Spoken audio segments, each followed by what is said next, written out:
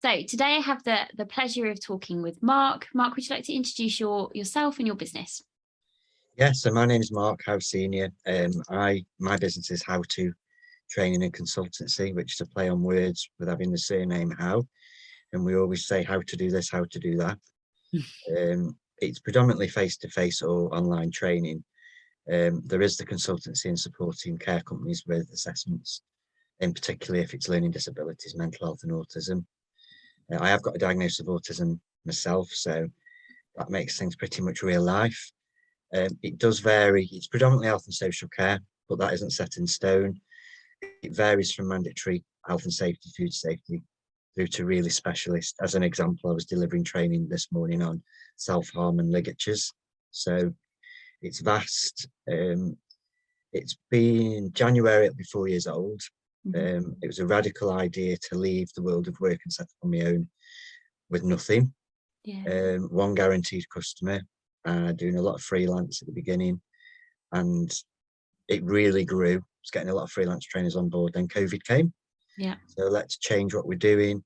But I'm lucky that it's still here and it's still growing, which is the thing I wanted. And all of that first 6 to 8 months have been, I had to really be in touch with my mental health regarding the business growing. I look back now and think, yeah, thank goodness I did it. No, amazing. And what was your inspiration for starting? What was that moment where you were like, I'm going to do this myself, I'm going to set myself up? I got bored of working for companies. No disrespect to anyone I've worked for. Totally. I just thought I'm in a position where this is what I want to do. And my brain is, when I get my head to something, everyone says it's set in stone. And I just thought, do you know what? If I don't do it now, I'll never do it. So I did it, and I'm still here doing it. So amazing. And what's been have you got a standout moment or a standout customer that you can share a story with us? I can use one. Don't have any favorites, anything like that. But when I got the business through awarding in January, so it does accredited first aid as well, which is to any sector. And one of the customers is an elderly care home. And when I went back to do some more training, it was the manager on the training said, your training saved a resident's life. Oh, wow. Because one of the elderly residents was choking, and the staff remembered how to deal with choking and actually stop the choking, so effectively saved the life. Yeah.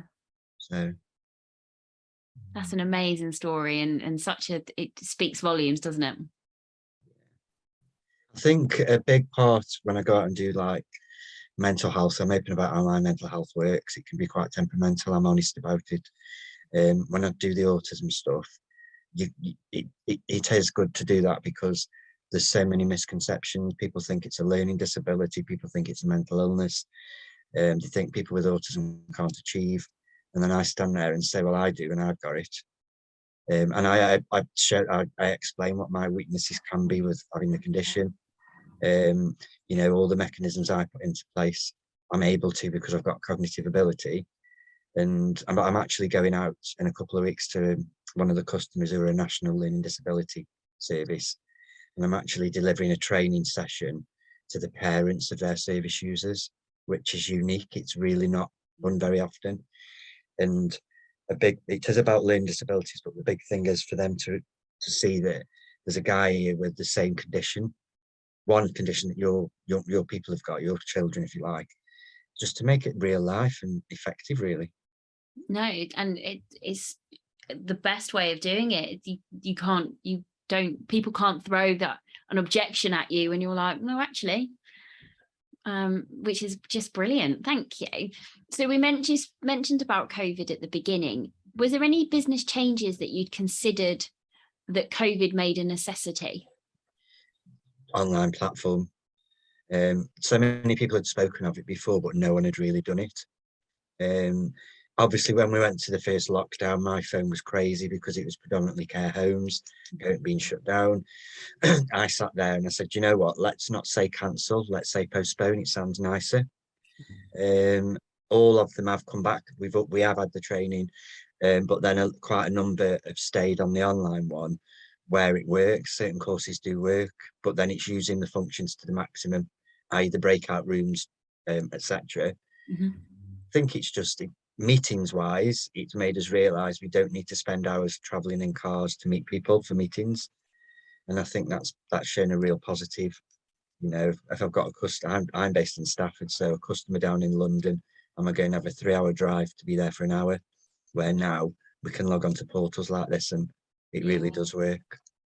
Perfect, thank you. And do you think you'll continue?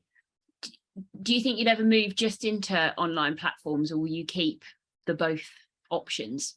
I like the online platform, but it never ever from a training point of view, it never replaces that real life training, all in the same room, group work, you know, the banter, all the stuff that goes on.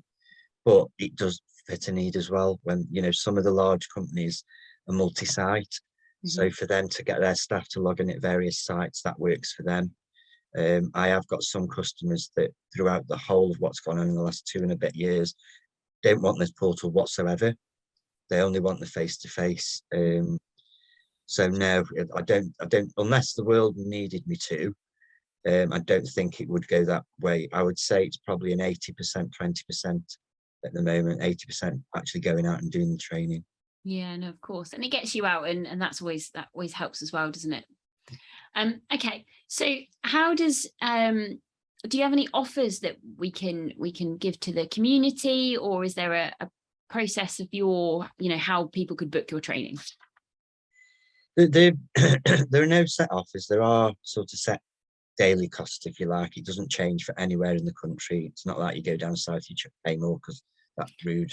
You know, the standard's the same. Larger block bookings can potentially get that. That's then linked to, if you like, a new customer discount. But I try to keep it fair for everybody, really. It isn't just followed up. The business doesn't work where you've had the training, you pay for it, that's it.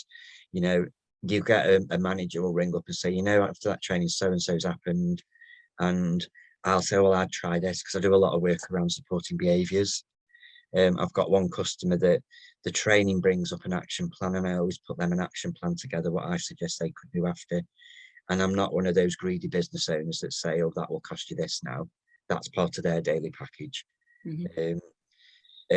Yeah, I mean, there's never been a need for loads of different special offers, because what you see is what you get. But, you know, if somebody booked 1 day of training and somebody wanted to book 30 days of training, there's potential with that. Yeah, no, of course. Perfect, thank you. So different position, but what's your biggest learning you've had since you become a business owner? Late payers. It's with having an autistic brain. It's you know, we live on a T's and C's, if you like. My forms say 14 days, but it's always 30. That 30th day, my autistic brain logs on to check, and I've had to really think how I handle it, because if I reacted instantly, I've got to be conscious that it could come across as rude, and you don't want to lose the customer, but you still want to get your income in. Yeah. And how have you overcome that? I think it's just adaptation over time. It's been some of it's the relationship with the customer, because obviously it isn't usually the customer that's late, it's their head office function. Yeah. And you know, I've got one customer, I'll send a formal email, and then I'll follow it up by a more friendly one. That's not for you, that's for you to forward to your head office. But I'd say that's been the biggest one, is my brain is like, and I have to, you know, if I go shopping, I can't go to the shop and say I'll pay in 2 months' time. And I don't expect them to pay straight away, but I think that's probably the biggest learning curve, because it can take up so much time. Yeah, no, of course. And it's a good way of looking at it, that, you know, I think more people can adopt that process of, well, if you go to Asda, you need to pay Asda there and then. No, thank you. Yeah. And the next question is, what is the best advice you would give to your 18-year-old self? Just be you. Don't try and fit into anybody's boxes. That's what I would always say. I've got real wacky ways about me. I call myself Marmite, and I'm happy to be Marmite. Yeah. When I'm in the work mode, obviously I'm in professional mode. You've got certain levels. Away from work, what you see is what you get. It's the best way to be. Mm. It really is. Fab. And then the last question for today is, what inspires you today? What keeps you kind of jumping into work on a Monday? What inspires me is that this is mine.